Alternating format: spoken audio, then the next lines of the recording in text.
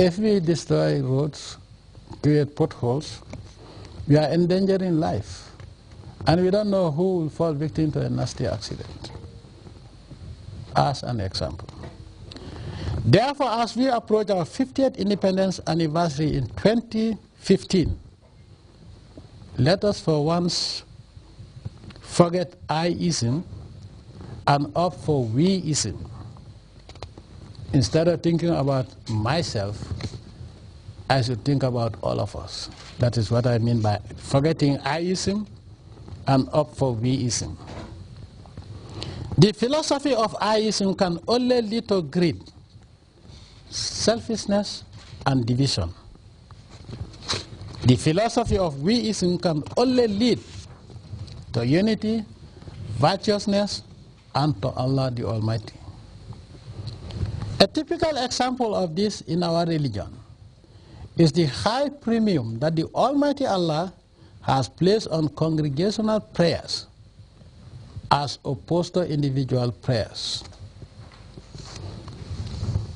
The environment is inextricably linked to our survival and culture. Therefore, we must not only preserve our natural heritage, but also study it and document it for posterity. My government will continue to support research on our cultural heritage and also encourage Gambians to make good use of our natural resources for the benefit of everyone. In this vein, I am pleased to inform you that henceforth, January 17th will be celebrated as National Natural Medicines Day. This day will be set aside to appreciate, celebrate, and also embrace our indigenous ways of medical treatment.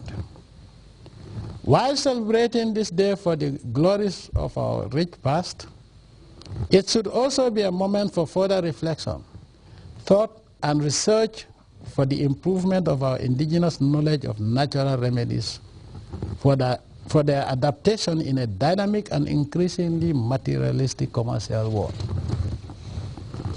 Fellow Gambians, friends of the Gambia, on the international front, the Gambia will continue to pursue a foreign policy based on equality and genuine friendship with the rest of the world. Such friendship must be anchored on mutual respect and the inviolability of our sovereignty and independence. We are not against any country or race, but we demand absolute respect for our religious values from all nations, regardless of size, race, wealth, or ideology. In interacting with the rest of the world, we shall continue to jealously guard our independence and sovereignty. We do not and shall never interfere with the domestic politics of any nation, and therefore we will not tolerate interference in our domestic affairs under any guise. Our Islamic faith is precious, and we shall guard and preserve it by all means necessary.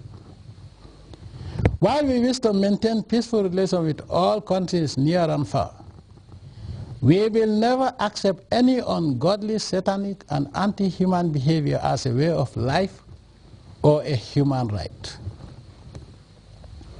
Homosexuality will never be tolerated, and in fact will attract the ultimate penalty, since it is intended to bring humanity to an inglorious extinction. We will fight this vermin called homosexuals or gays the same way we are fighting malaria-causing mosquitoes, if not even more aggressively. We will therefore not accept any friendship, aid, or any other gesture that is conditional on accepting homosexuals or LGBT, as they are now baptized by the powers that promote them. As far as I am concerned, LGBT can only stand for leprosy, gonorrhea, bacteria, and tuberculosis, all of which are detrimental to human existence. Let me also make it very clear that the Gambia will not spare any homosexual, and therefore no diplomatic immunity would be respected for any diplomat who is found guilty or accused of being a homosexual. We will also not accept diplomats that are homosexuals. Fellow Gambians, friends of the Gambia, in the same vein, our natural resources are ours, and we will only exploit them to the utmost benefit of our country and nothing else.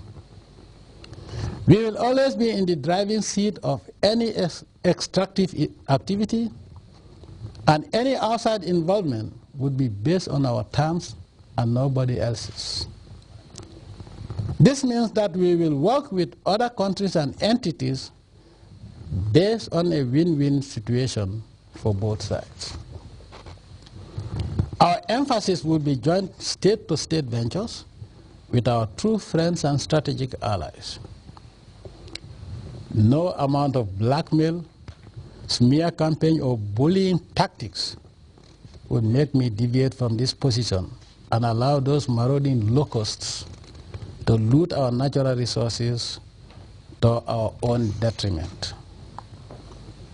With the Almighty Allah's guidance and protection, our mineral resources would soon launch us out of poverty into eternal prosperity and to the economic superpower status without fail.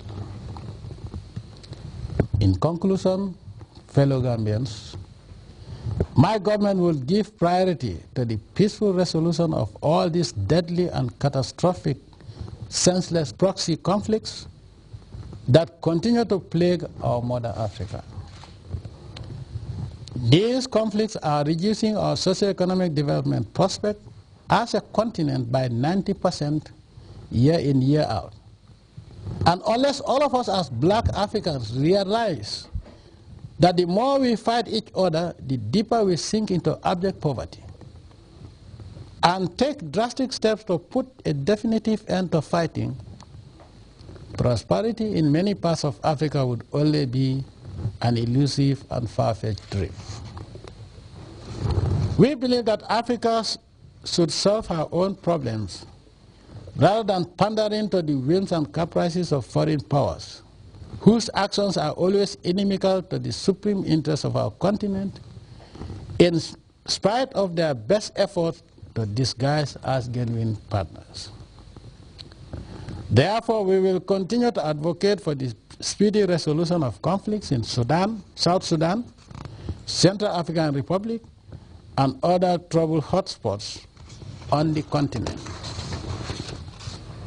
Fellow Gambians and friends of the Gambia, while we celebrate our independence in peace and harmony, let us remember the less privileged around the world who continue to yearn daily for peace, security, and progress. Let us all pray for Allah subhanahu wa ta'ala to bring stability and peace to the troubled regions of the world, and to bless the poor and hungry with sustenance. I wish you all a happy 49th Independence Anniversary.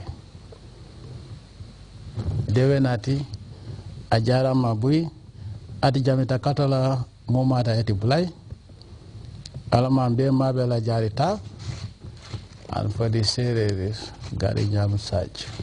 Thank you.